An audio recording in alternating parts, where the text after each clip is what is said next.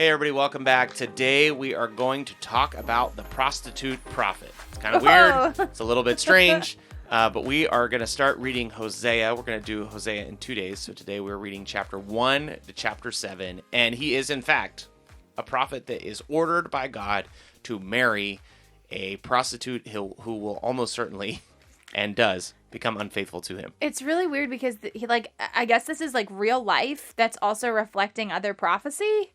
Yeah. It's very strange. He's like a living example of what's going on. It is very strange. Like, I don't know. It seems like, I don't know. In school, like when I would be teaching a lesson, I would never just like call out some child and their like obvious faults to like make a lesson out of. Because he's definitely doing that with Hosea. Like, hey, marry this girl so that I can like make you a huge example for all these things I'm going to prophesy through you.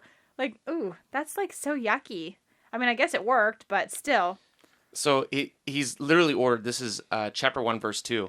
The Lord spoke through Hosea. The Lord said to Hosea, go take for yourself a wife of whoredom and have children of whoredom, for the land commits great whoredom by forsaking the Lord. So God definitely calls Hosea to find a wife who will not be faithful to him, to have children who will come from that unfaithful wife, and be an example of Israel basically chasing after like all these other gods. Hosea is a prophet around 740 BC. We can date Hosea because he is in the time of Uzziah, Jotham, Ahaz, and Hezekiah, which means Hosea is prophesying at pretty much the same time as Micah, as Isaiah.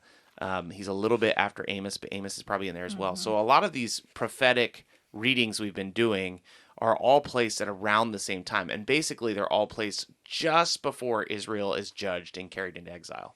But it's like really interesting. Although this was a real situation, it is really it's cool. I think there's a better word. Feels weird to say cool, huh? Yeah, it does. But the picture or the example that it's showing is Israel is going to whore after all these things, but ultimately will turn back. So, like, we didn't read the whole book of Hosea, but there is a moment where, in time, his wife, she goes out, but she ultimately does come back to him. So one of the interesting things revealed here in Hosea is if Hosea the husband is representing God and the wife is representing Israel and Judah, the husband actually stays steadfast and faithful to the wife that is just like running around all the time. Like at one point, God actually says like, go back and buy her. And so it actually says he paid like 15 shekels or something. Yikes. But the image of God is interesting in that God is constantly available and willing to take back this nation, this people that have gone astray so many times. Now, there is strong language in the book. Like, it's like, you are not my people. I am not your God. But ultimately, he is available to them. So they're not his people because they have continually chosen to not be his people.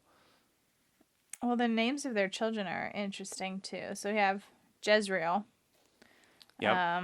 which is kind of sad because like you hear the name and its meaning. It's like the names are odd. Well, name that child Jezreel because I'm gonna punish the house of Jehu for the blood. I'm like, shoot. So we already know how my child's gonna die. That's great.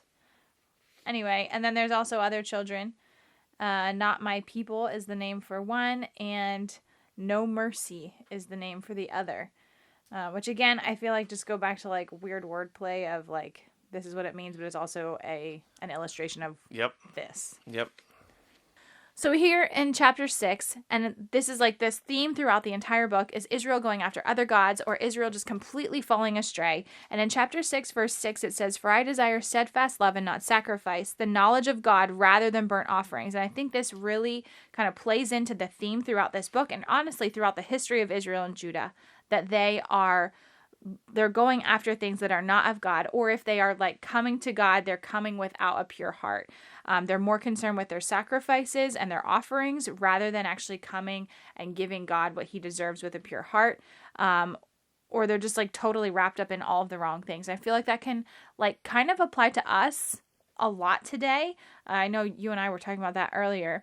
How could that apply to like your part for today with with coming to the Lord with things that are not pleasing to him. So I think so many of the prophets, this is one of the things that is sticking out to me as we read through this year, is that this idea of a lack of knowledge of God is present in Amos and Isaiah and then here in Hosea. And so what's interesting is you get this image of people who are so eager to do religious things, right? They're so eager to offer sacrifices and worship, sometimes idols, sometimes God, sometimes like the staff of Moses, sometimes items. But you get the idea that it's really not that valuable to God because it's separated from a knowledge of who he is. And I do think that is valuable today. I don't think our knowledge of God saves us, but I do think our knowledge of God gives us a picture of who he is and who we're worshiping and how we're worshiping. So the best example I have of that is when Jenny and I started dating.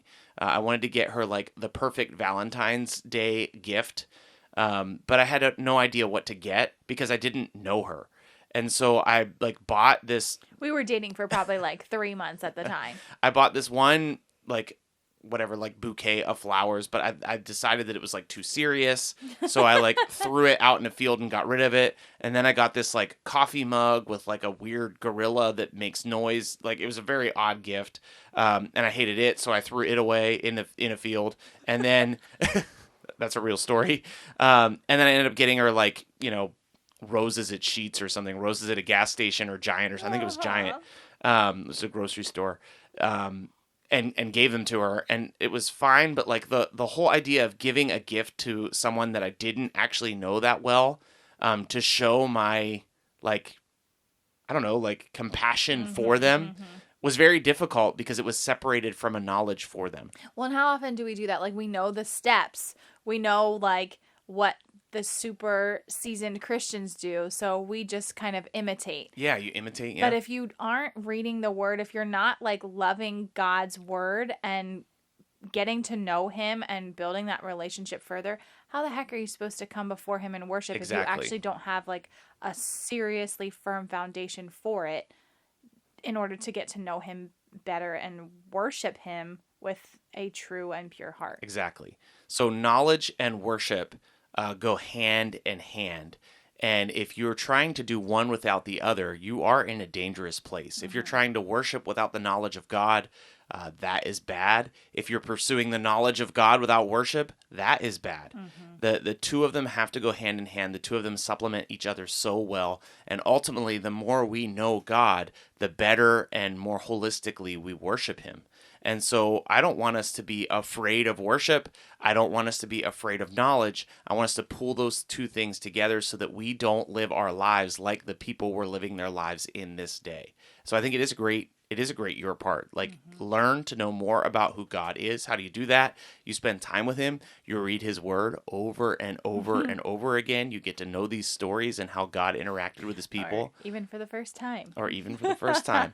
And you will get to know God's character better, and it will enhance your worship of him, because as you get to know him, you know what to bring him. So when Valentine's Day comes up for me and Jenny, I finally know somewhat, not all the time, what to get her, because my knowledge of her increases my love for her, and it's the same way with God. So we'll be back again tomorrow. We'll see you then. Thanks so much for listening to God's Plan, Your Part. If anything stuck out to you, if you have any questions, or if you'd like to receive a Bible, you can email us at godsplanyourpart@gmail.com.